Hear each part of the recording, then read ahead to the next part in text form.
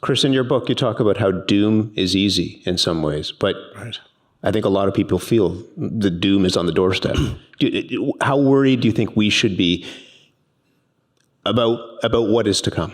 Right. I mean, I think the immediate reaction, or maybe the necessary first reaction to the climate crisis, is one of panic, fear, terror, anxiety, worry. These are all not just legitimate, maybe necessary responses. I wouldn't want to say for sure that that's that there's a natural step. But things like this summer we just witnessed, it won't be it's not the first, it won't be the last. This is now the atmosphere and climate we live in, and we'll continue to build a better world in. And so for me, I think it was more than anything a reminder of how difficult it is to feel like any progress is being made when the visceral reality around us looks like it is very easy to look at and find hopeless. I actually wrote a piece just at the end of the summer in the Globe and Mail, and in that piece I said, the thing about the climate crisis is that the victories occur on different battlefields from the losses. We see where we're losing, but all this summer we continued to also build out a new clean world at an unprecedented pace. It's not in your face. You don't see it all the time, but we are making extraordinary progress on that front. And I think one of the very difficult kind of mental spaces that we are going to have to get more and more comfortable with is recognizing that we are making great progress, even as the immediate sort of world around us looks in some ways like it's falling apart. One of the most fascinating parts of your book, John, is how you talk to people in Fort McMurray, residents, officials there, and document in some ways how very little changed in the wake of that fire. Yeah. Why do you think that is? I gave a lot of thought to that. And you're really empathetic about the lives that people are leaving. This is home for them, and how difficult it is to change home. But why didn't things change? The town burns up. Why didn't things change?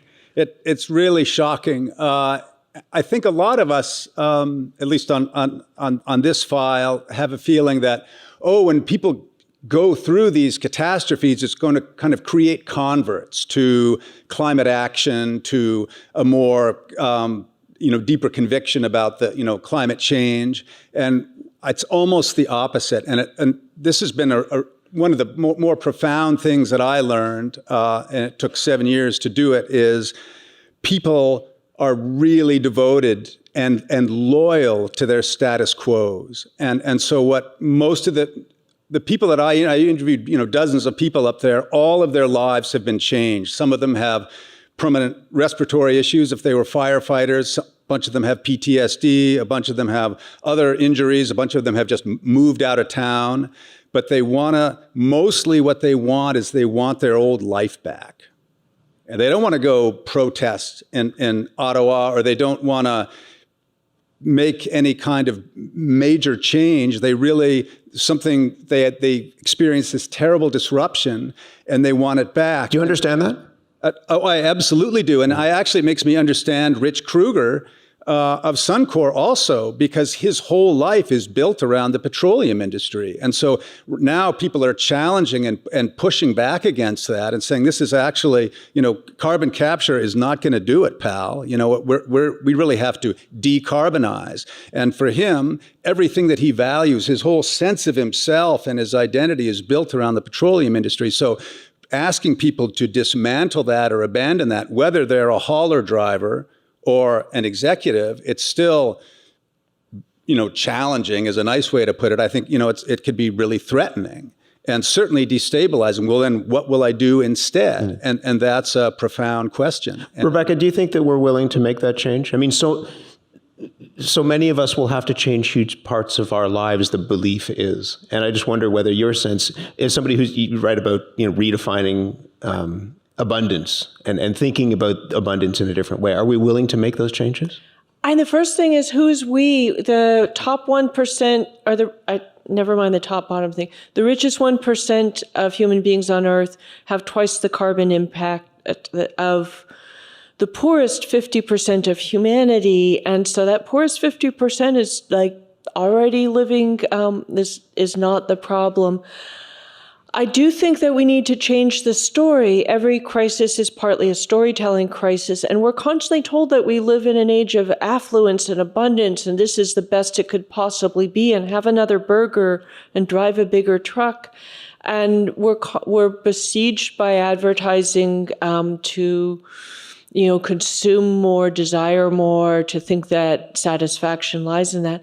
I feel like, or I know that doing what the climate crisis requires of us could bring us into an age that is more abundant, but abundant in different ways. We now live in poverty of hope, poverty of social connection. We're in a global loneliness crisis. Poverty of clean air, clean water, poverty of justice, we live in the moral ugliness of violence, including the violence of the fossil fuel industry against the earth living things and a whole lot of human beings, including a lot of indigenous people around the world. And there's no inevitable about how we change the world to try and overcome the crisis, but there are definitely many versions in which there's more hope, there's more social connection.